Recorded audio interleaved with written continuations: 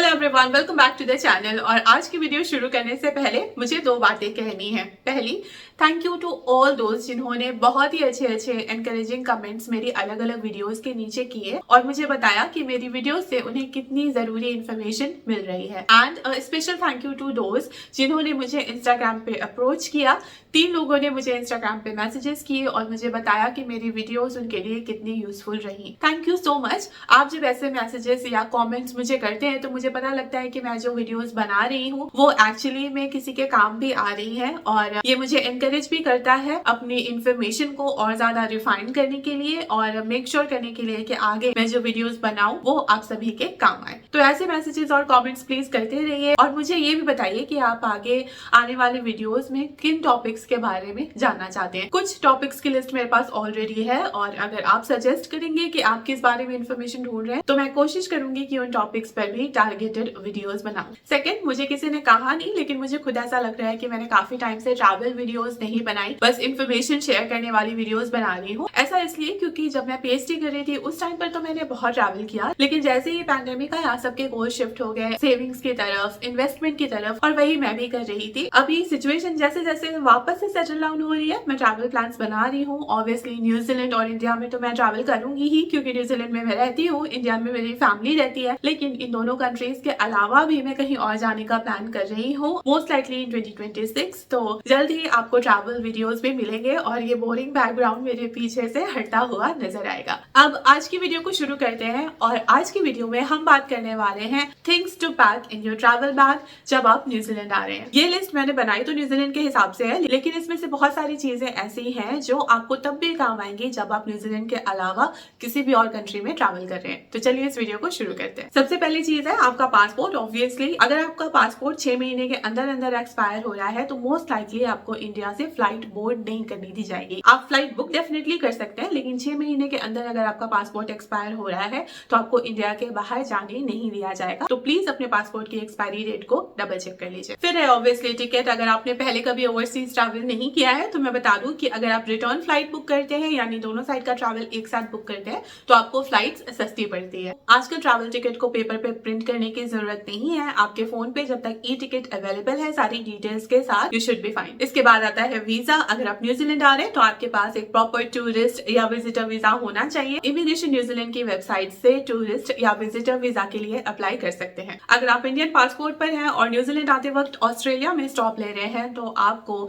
एक transit visa की जरूरत पड़ेगी और ये ट्रांजिट वीजा इंडिया या न्यूजीलैंड से जहां से भी आप अपनी जर्नी स्टार्ट कर रहे हैं वहां पर चेक किया जाता है। ट्रांजिट वीजा से रिलेटेड वीडियोस मेरे चैनल पर हैं, तो अगर आप चाहें तो वहां से additional information transit visa application के बारे में ले सकते हैं। न्यूजीलैंड में वेदर कंडीशंस बहुत बारी चेंज होती हैं, स्पेशली फ्रॉम वेलिंगटन। तो अगर आप चाहें तो ट्रैवल इंश्योरेंस के लिए अप्लाई कर सकते हैं, जस्ट टू मेक श्योर कि कोई भी शेड्यूल अगर ऊपर नीचे हो रहा है तो आपके पैसे वेस्ट नहीं होंगे। न्यूजीलैंड में जो नॉन ट्रैवल इंश्योरेंस कंपनी है उसका नाम है सदर्न क्रॉस, लेकिन इसके अलावा भी बहुत सारे ट्रैवल इंश्योरेंस के ऑप्शंस आपको गूगल पर मिल जाएंगे। तो प्लीज प्राइसेस को अच्छी तरीके से कंपेयर करिए और जो ट्रैवल इंश्योरेंस आपके लिए बेस्ट है उसे बुक करिए। इसके अलावा एक छोटी लेकिन सबसे ज्यादा इंपॉर्टेंट चीज जो है आपके ट्रैवल में वो है पेन। पेन की इंपॉर्टेंस तब पता लगती है जब आपके पास खुद का पेन नहीं होता और आपको लिटरली कोई फॉर्म वगैरह साइन करना पड़ता है। तो प्लीज एक पेन अपने पास लेकर चलिए, ब्लैक या ब्लू कलर में। ऑब्वियसली रेड और ग्रीन आप नहीं लेके चल सकते। प्लस एक चीज ध्यान रखिए कि पेन को अपने डॉक्यूमेंट से दूर रखिए, क्योंकि जब आपकी फ्लाइट ऊपर नेगेटिव एयर प्रेशर में जाती है और वापस नीचे नॉर्मल एयर प्रेशर में आती है तो कई बार एयर प्रेशर चेंज होने के कारण पेन लीक कर जाते हैं। इसीलिए पेन को अपने इंपॉर्टेंट डॉक्यूमेंट से दूर रखना चाहिए। इसके बाद आप अपने साथ रीयूजेबल वाटर बॉटल भी लेकर ट्रैवल करना चाहेंगे। अगर आप ट्रांसपेरेंट वाटर बॉटल लेके चल रहे हैं तो इसे लेकर आप फ्लाइट में जा सकते हैं बाय द टाइम आपने पहले से पानी नहीं भरा हुआ है। अगर आप मेटल की वाटर बॉटल लेके चल रहे हैं तो प्लीज इसे अपने चेक इन बैग में कैरी करिए। न्यूजीलैंड में फ्री पानी आपको बाहर बहुत कम मिलता है, लेकिन अगर आपके पास पानी की अपनी बॉटल है तो आप उसे रिफिल कर सकते हैं। कई जगह पर आपको एयरबीएनबी में पानी मिल जाएगा, लेकिन होटल्स में फ्री पानी नहीं दिया जाता, तो आपके पास अपनी पानी की बॉटल होना जरूरी है। प्लस एक बात याद रखिए कि न्यूजीलैंड में ऐसा फिल्टर, वाटर फिल्टर वगैरह नहीं मिलता। जो सिंक में नल लगा होता है उसका पानी पीने लायक होता है। ये पानी प्रॉपर ट्रीटमेंट के थ्रू जाता है और काउंसिल्स इसकी क्वालिटी को हमेशा मेंटेन करते हैं। तो सिंक का पानी पीने लायक होता है, you don't have to worry about it. Please laundry वगैरह के सेक्शन से पानी मत भरिए बिकॉज यू डोंट नो कि वहां का कनेक्शन कहाँ से है। इसके बाद आता है अडेप्टर। आपके फोन, आपके लैपटॉप, आपके कैमरा को चार्ज करने के लिए आपको इंटरनेशनल अडेप्टर की जरूरत पड़ेगी। अगर आप इंडिया से अडेप्टर ले रहे हैं तो आपको 150 से 400 रुपए के बीच में, बेसिकली 500 रुपए के अंदर अंदर अच्छी क्वालिटी का अडेप्टर, इंटरनेशनल अडेप्टर मिल जाएगा। अगर आप इंडिया के बाहर इस अडेप्टर को खरीदेंगे तो इसी अडेप्टर के आपको अप टू $35 यानी 1700 से 1800 रुपए तक पे करने पड़ सकते हैं। ऑल्दो आपने अपना पासपोर्ट कैरी किया है, लेकिन प्लीज अगर आपके पास इंडिया का फुल ड्राइविंग लाइसेंस है तो अपना ड्राइविंग लाइसेंस भी अपने साथ कैरी करिए, just as an additional identity. और अगर आपके पास इंडिया का फुल ड्राइवर्स लाइसेंस है तो आप न्यूजीलैंड में रोड ड्राइव भी कर सकते हैं। इसके अलावा ड्राइविंग लाइसेंस या पासपोर्ट आपको अपने इंटरनेशनल सिम कार्ड के लिए भी काम आएगा। न्यूजीलैंड आते वक्त अपने लिए कंफर्टेबल शूज रखना मत भूलिए। यहाँ पर बहुत ज्यादा वॉक करनी पड़ती है, आप चाहें या ना चाहें। प्लस अगर आप किसी स्नो एक्टिविटी के लिए जा रहे हैं, ट्रेकिंग के लिए जा रहे हैं तो उसके अकॉर्डिंग शूज ले सकते हैं। D Mart is my go to option in India. New Zealand में डी मार्ट के स्टोर्स अनफॉर्चुनेटली नहीं है। अच्छी फोटोज वगैरह लेने के लिए आप अपने फैंसी शूज और सैंडल्स, हील्स वगैरह रख सकते हैं, लेकिन अगर आपको थोड़ी दूर चलना पड़े तो फैंसी शूज, सैंडल्स वगैरह बिल्कुल भी कंफर्टेबल नहीं होते। यहाँ पर आप कॉमनली देखेंगे कि वॉक करते वक्त लोग कंफर्टेबल शूज पहनते हैं लेकिन अपने फैंसी शूज को अपने बैग के पीछे टांग कर चलते हैं। तो it is very very important कि आप अच्छे शूज लेकर आए। लेकिन अगर आप अपने शूज भूल भी गए हैं तो भी न्यूजीलैंड में आप करीब करीब $100 के आसपास कोई भी वॉकिंग शूज खरीद सकते हैं। ट्रेकिंग या स्कीइंग पर्पस के लिए आ रहे हैं तो आप अपने पास एक छोटा हैंडबैग रखना चाहेंगे जिसे आप इजिली ट्रेकिंग में लेकर जा सकते हैं। और रखी हुई वाटर बॉटल आपके ट्रेकिंग और स्कीइंग एक्टिविटीज के लिए काम आने वाली है। कपड़ों की बात करें तो डिपेंड करता है कि आप किस सीजन में ट्रैवल कर रहे हैं, उसके अकॉर्डिंग कपड़े पैक करिए। लेकिन मौसम का न्यूजीलैंड में कोई भरोसा नहीं है तो एक पफर जैकेट या वाटरप्रूफ जैकेट आप अपने साथ डेफिनेटली रखना चाहेंगे। इसके अलावा मैं सजेस्ट करूंगी कि अपने पास एक वुलन कैप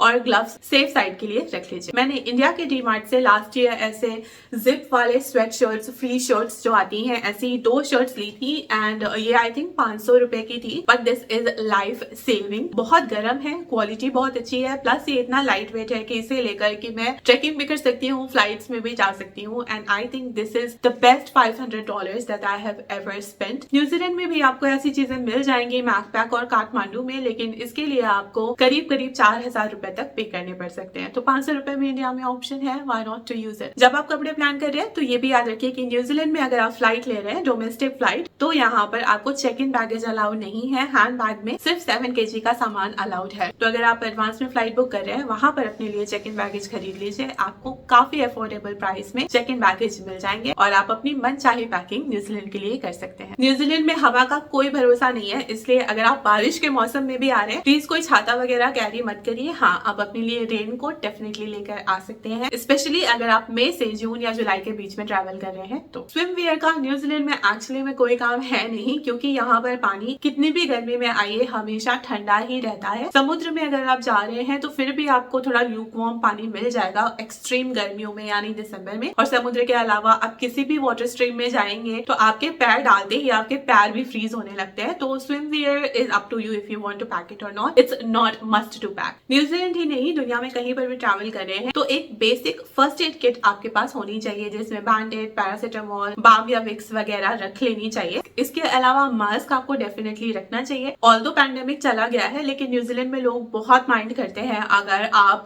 कॉन्स्टेंटली स्नीज कर रहे हैं या फिर आपको कोल्ड हुआ है और कोई बगल में बैठा हुआ इंसान इसे डिटेक्ट कर सकता है। तो प्लीज मेक श्योर कि अपने साथ मास्क डेफिनेटली कैरी करें। इसके अलावा किसी प्रिस्क्राइब्ड मेडिसिन पर है तो प्लीज उस मेडिसिन को अपने साथ लाना मत भूलिए। इंडिया के बाहर अगर घूमने के लिए आ रहे हैं तो आपको बाहर की करेंसी की भी जरूरत पड़ेगी। कैश कैरी करने की जरूरत नहीं है क्योंकि आजकल सभी के पास वीजा या क्रेडिट कार्ड तो होता ही है। एंड न्यूजीलैंड में आप ऑलमोस्ट हर तरीके के वीजा कार्ड का यूज कर सकते हैं। प्लीज ध्यान रखिए कि न्यूजीलैंड में इंडिया की तरह पेटीएम सिस्टम वगैरह तो ऑब्वियसली नहीं है, लेकिन यहाँ पर पे वेव सिस्टम, यानी आप मशीन के ऊपर टैप करेंगे और आपका जो भी ड्यू अमाउंट है वो डिडक्ट हो जाएगा। लेकिन बहुत सारी जगह पर पे वेव पर सरचार्जेस होते हैं, यानी 3 से 5% तक चार्ज करते हैं वो आपको अगर आप टैप करेंगे। तो अगर आप कार्ड लगाकर अपना पिन डाल रहे हैं तब आपको कोई भी चार्जेस नहीं पड़ते हैं। तो just be aware about these extra charges. अगर मशीन पर सरचार्जेस के बारे में नहीं लिखा हुआ है तो आप स्पेशली इस बारे में पूछ भी सकते हैं। It's not a rude behaviour. क्योंकि न्यूजीलैंड में वेदर इतना ज्यादा चेंज होता है, अपने साथ हैट या कैप रखना बहुत जरूरी है। आपने देखा होगा कि मैं भी अक्सर कैप पहनती हूँ और उसका रीजन यही है कि यहाँ पर हवा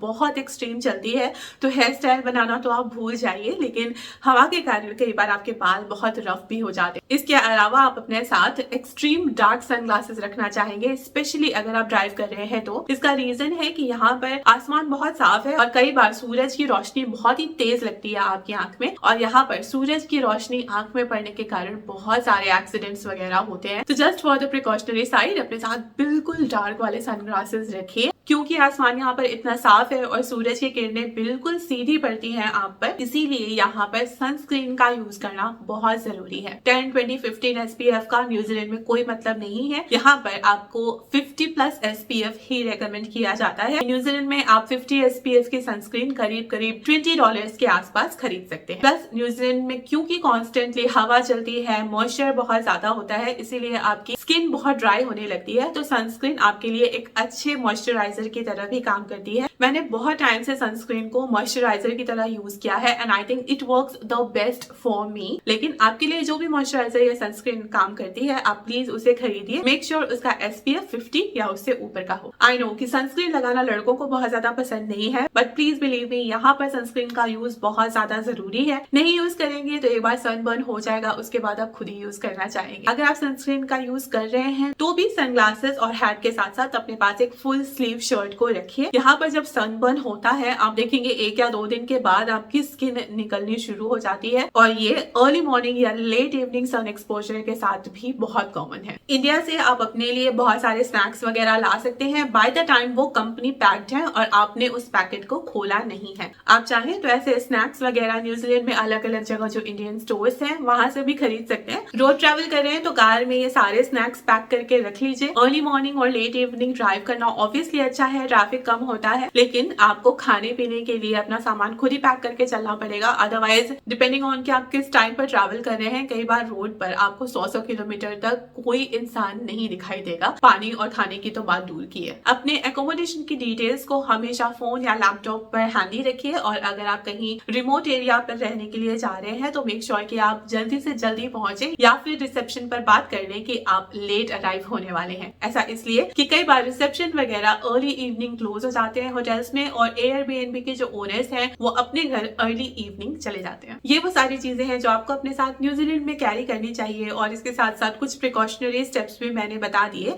जो चीजें आपको अपने साथ नहीं कैरी करनी चाहिए न्यूजीलैंड में, वो है ऑब्वियसली कैश, जरूरत नहीं है। इसके अलावा एक्सपेंसिव ज्वेलरी वगैरह को कैरी मत करिए, और अगर कैरी कर रहे हैं तो प्लीज बहुत ही संभाल कर इसे रखिए होटल या कार में। अपने कैमरा, लैपटॉप वगैरह को कार में अच्छी तरीके से सिक्योर करके रखिए, ताकि जब कोई खिड़की से देख रहा है तो उसे पता ना लगे कि आपने लैपटॉप वगैरह सामने छोड़ा हुआ है। और लास्ट में कोविड-19 इम्यूनाइजेशन से रिलेटेड कोई भी डॉक्यूमेंट्स अब आपको न्यूजीलैंड में कैरी करने की जरूरत नहीं है। कुछ साल पहले तक ये जरूरी था, अब इसे कोई नहीं पूछता। हाँ, अगर आपकी तबीयत रास्ते में ज्यादा खराब हो गई है तो शायद आपको कोविड-19 का टेस्ट लेने के लिए रेकमेंड किया जाए, but it's very very rare. इसीलिए मैंने शुरू में ही कहा कि अपने साथ मास्क और बेसिक फर्स्ट एड लेकर चलिए। आज की वीडियो में बस इतना ही। अगर आप रेगुलर ओवरसीज ट्रैवल करते हैं तो ये लिस्ट आपके लिए बहुत ही जनरल लगी होगी, लेकिन किसी ने अगर अभी तक ओवरसीज ट्रैवल नहीं किया है तो उसे ये इन्फॉर्मेशन बहुत यूजफुल लगेगी। आप आगे आने वाली वीडियोस में क्या देखना चाहते हैं प्लीज उसके बारे में कमेंट्स में जरूर बताइएगा। मैं आपसे मिलती हूँ अगली वीडियो में। Till then bye bye.